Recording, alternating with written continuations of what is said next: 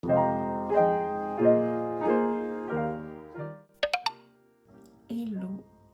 bienvenue dans cette nouvelle vidéo avec ma tête toute gonflée du matin. Il est 7h30. Aujourd'hui, je vous emmène avec moi pendant une journée dans mon assiette pour parler alimentation, sport, perte de poids. Je vais me préparer et on se retrouve juste après.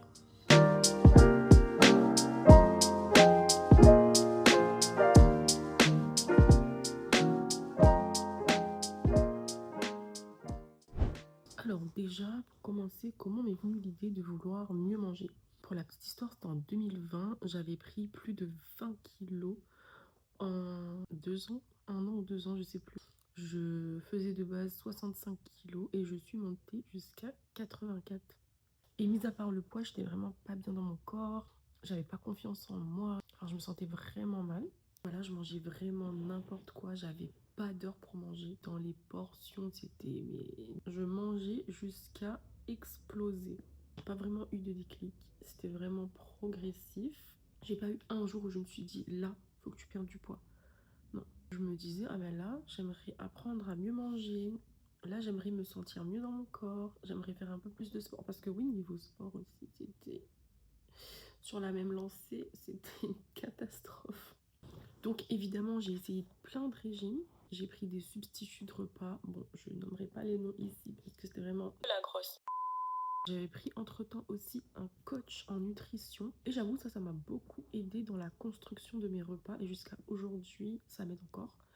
Bon, j'ai plus le coach, mais ce que j'ai appris à travers ce coach-là, ça m'a vraiment servi. Et puis en 2021, je me suis dit, c'est bon, c'est le moment de prendre soin de toi en fait.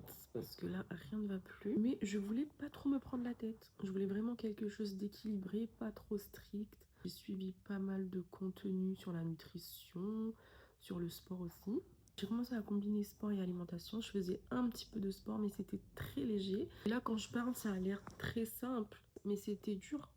Ça a mis du temps, ça a bien mis 3-4 ans avant que je comprenne.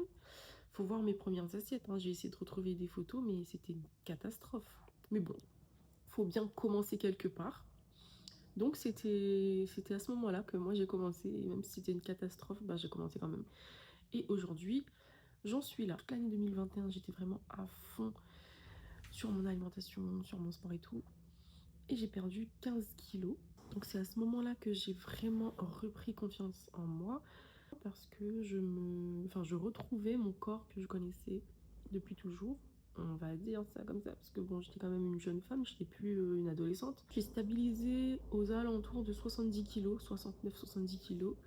Et en 2024, j'ai eu une grossesse. J'ai pris 12 kilos, mais c'était pas énorme. Et j'ai reperdu 9 kilos. Donc là, je suis aux alentours de 73 kilos à peu près. Alors moi le matin je commence toujours par un petit déjeuner salé protéiné. Je me fais 2 œufs au plat et avec ça je mange 2 tranches de pain complet ou du pain aux céréales avec du fromage à tartiner. Et pour le côté sucré, c'est toujours des fruits. Pourquoi je fais un petit déjeuner salé plutôt que sucré? Tout simplement pour éviter le pic de glycémie à jeun le matin et pour me donner de l'énergie tout au long de la matinée jusqu'au repas du midi. L'enfant veut s'incruster.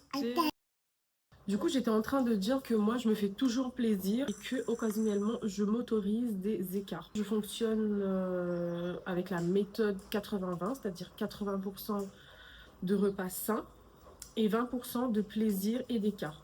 Manger sainement, je ne vois pas ça comme une corvée. Pour moi, c'est un réel plaisir de le faire. Je sais pourquoi je le fais, je sais que mon corps en a besoin. Et aussi, j'aime manger ce que je mange. Je fais aussi des repas très variés, je mange pas très souvent la même chose. Chaque semaine, j'essaie de changer mes menus. Je fonctionne en menu à la semaine, mais je vous montrerai ça au fil de la vidéo. Ce qui m'aide aussi beaucoup, c'est que je ne cuisine pas des plats secs. Alors, ça peut m'arriver de faire des légumes vapeur ou autres, mais il y a toujours des épices. Il y a toujours du sel et du poivre, ça c'est obligatoire, mais sinon il y a toujours du paprika fumé, enfin des épices qui ont du goût. Désolée pour le bruit, c'est ma fille qui joue. Alors du coup, comme j'ai dit ce matin, moi je fonctionne en menu à la semaine. Je vais vous insérer ce que je fais dans mes notes. Je note tous les jours de la semaine Et je note les repas pour la semaine, quoi. Moi, ça me fait gagner du temps, ça me fait économiser aussi parce que j'aime bien vider mes placards avant de faire mes courses. Et c'est une charge mentale en moins parce que j'ai pas à penser à ça tous les soirs. C'est-à-dire que je sais déjà ce que je vais manger et parfois même je prépare mes repas pour 3 4 jours. Alors du coup moi ce que je fais avant de faire mes menus à la semaine, je regarde les fruits et légumes de saison. Parce que déjà c'est moins cher et ils sont beaucoup plus bons quand c'est de saison. Si jamais c'est pas de saison et que j'ai quand même envie de manger ce légume-là, en général j'achète en surgelé. C'est toujours mieux d'acheter en surgelé. Je me pose en général le dimanche soir. Je note tous mes menus du lundi au dimanche de la semaine d'après. Et bien évidemment la liste de courses qui va avec. Je me fixe un budget à ne pas dépasser à la semaine. En général, c'est aux alentours de 50 euros. Je suis toute seule avec ma fille, donc voilà, c'est très faisable. Ce qui m'aide à tenir, c'est que, comme je vous ai dit, je me fais 100% plaisir, mais raisonnablement. C'est-à-dire que j'achète très très peu de gâteaux industriels, voire pas du tout. Les seuls gâteaux que j'achète, c'est pour ma fille parce qu'elle adore les madeleines et que je sais pas en faire. Ça n'a pas le goût de madeleine quand je fais. Donc j'achète des madeleines pour elle. Mais sinon, tout est fait maison. Je fais mes collations maison, mes goûters maison pour elle. Donc voilà. Et j'ai essayé de l'éduquer en ce sens-là. Donc c'est pour ça que ça me donne envie aussi de faire cet effort-là. Et d'ailleurs, en parlant de courses et en parlant de gâteaux, à chaque fois que mes proches viennent chez moi, j'ai toujours une réflexion. Il n'y a rien à manger chez toi. Dédicace à mon frère qui me dit tout le temps ça. Quand il vient, il regarde le placard, il fait mais ta fille elle mange ici en fait. Parce qu'en fait ici, si tu fais pas, il n'y a pas. En général, souvent, les goûters, surtout les week-ends quand elle est à la maison, je fais des pancakes. Donc, à chaque fois qu'il y a des invités, c'est pancake, pancake, pancake. Bien sûr, ça m'arrive aussi d'avoir des tentations et de manger des gâteaux industriels, des chips ou quoi, hein. Mais ça arrive rarement. Et quand ça arrive, je m'autorise, c'est pas tous les jours, je m'autorise. Et je finis le paquet le jour même. Donc, voilà. Donc, en gros, pour dire que je ne ramène pas, ou alors presque pas, je ne ramène presque pas de gâteaux industriels chez moi. C'est très rare. Et ça va de soi que en faisant ça, on évite aussi les tentations parce que moi, je succombe vite, mais très vite. Moi, je vois un gâteau dans mon placard, il va pas rester là, hein. Moi, je vais le manger, donc pour éviter tout ça, je préfère faire maison. Là, je vais passer au repas du midi. Alors, je vais vous montrer ce que je mange. C'est un repas hyper simple, ça donne pas envie. Mais ça, c'est les repas de flemme. Donc, c'est du riz. J'ai fait une omelette aux épinards. En général, je rajoute toujours des légumes parce que là, c'est un peu sec. Mais j'avais tellement la flemme. Ça arrive, hein, la flemme. Du coup, je mets mes légumes dans mon omelette. Donc voilà. Et avec ça, une petite clémentine et de l'eau. On va manger. Sans transition, on passe à la collation.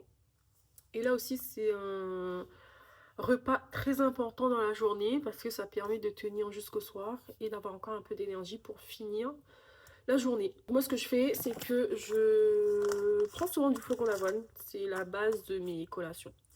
Donc, c'est flocon d'avoine avec fromage frais, avec du chocolat noir et des bananes. Mais là, aujourd'hui, ça, c'est souvent quand il fait chaud. Fromage frais, ça rafraîchit. Mais là, aujourd'hui, je vais faire un porridge. Donc, c'est à base de flocon d'avoine. Je mets du flocon d'avoine, de l'eau. Je sais qu'il y a des gens qui font avec du lait. Moi, j'aime pas du tout avec le lait. Donc, je fais avec de l'eau. Flocon d'avoine, de l'eau. Je fais cuire tout ça jusqu'à ce que ça devienne un peu comme une purée un peu épaisse. Je mets des bananes, du chocolat noir et voilà, ma collation est complète. Le but, c'est de privilégier des aliments bruts, non transformés, plutôt que les aliments transformés et industriels. Par exemple, si on aime la pâte à tartiner au chocolat, on peut privilégier plutôt du beurre de cacahuète mélangé avec du chocolat à 70% de cacao. Pour sucrer un gâteau, par exemple, moi j'utilise principalement des fruits, souvent des bananes, plutôt que d'utiliser du sucre raffiné. Là, c'est un moment important pour rappeler qu'il ne faut pas oublier de boire de l'eau. Moi, je m'hydrate tout au long de la journée. Je mets ma gourde à côté de moi pour pas oublier de boire de l'eau parce que souvent, j'oublie de boire de l'eau. Et surtout quand je suis chez moi. Quand je suis en dehors ou quand je travaillais dans un bureau et tout, j'avais toujours ma gourde, donc je la voyais. Mais quand je suis chez moi, j'oublie de boire de l'eau. Donc j'ai pris l'astuce de garder ma gourde proche de moi, quoi. Et pour pas oublier tout simplement de boire de l'eau. Parce que parfois, en fait, on a l'impression qu'on a faim. En fait, on a juste soif. Notre corps a juste besoin d'eau. Et vraiment, essayez ça. Et vous allez voir la différence. J'ai aussi fait l'effort de, bien évidemment, manger sainement et de pas succomber aux tentations. Hein, parce que sinon, ben voilà, si on n'écoute que son mental, c'est mort d'avance. Parce que moi, mon mental va me dire, tu vas manger du chocolat à telle heure, je vais manger du chocolat à telle heure, en fait. Il faut aussi de la volonté et rester discipliné, bien évidemment. Bon, je vous montre ma collation et je vais manger. Et je reviens ce soir. Du coup, comme j'ai dit juste avant, j'ai fait mon porridge. Donc, flocons d'avoine avec de l'eau. Je vous jure que c'est bon. Ça n'a pas l'air comme ça. Ça n'a pas l'air comme ça, mais c'est bon. Donc, flocons d'avoine, de l'eau. J'ai mis des bananes et du chocolat noir qui est en train de fondre dans le porridge. Et je vais manger. Du coup, là, on est au repas du soir et je vais faire des carottes, lait de coco avec du poisson et du riz. Oui, du riz. Pour expliquer un peu comment est-ce que je compose mes assiettes, il faut savoir que mes assiettes sont tout le temps complètes. Il y a toujours des légumes, ça c'est obligatoire pour tous mes repas. Bien évidemment, quand je fais des écarts, il n'y a pas souvent des légumes.